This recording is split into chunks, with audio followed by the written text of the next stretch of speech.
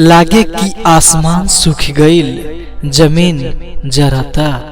लागे कि आसमान सूख गईल जमीन जरता।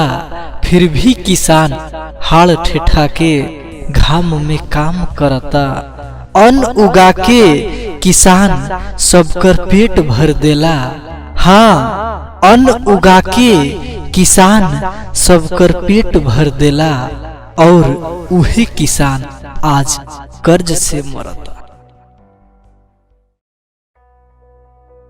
केहू बात से मारे त केहू लात से मारे, केहू बात से मारे त केहू लात से मारे। अरे मत मारो, उहो एगो इंसान ह। सुखल हड्डी फाटल धोती पहचान ह।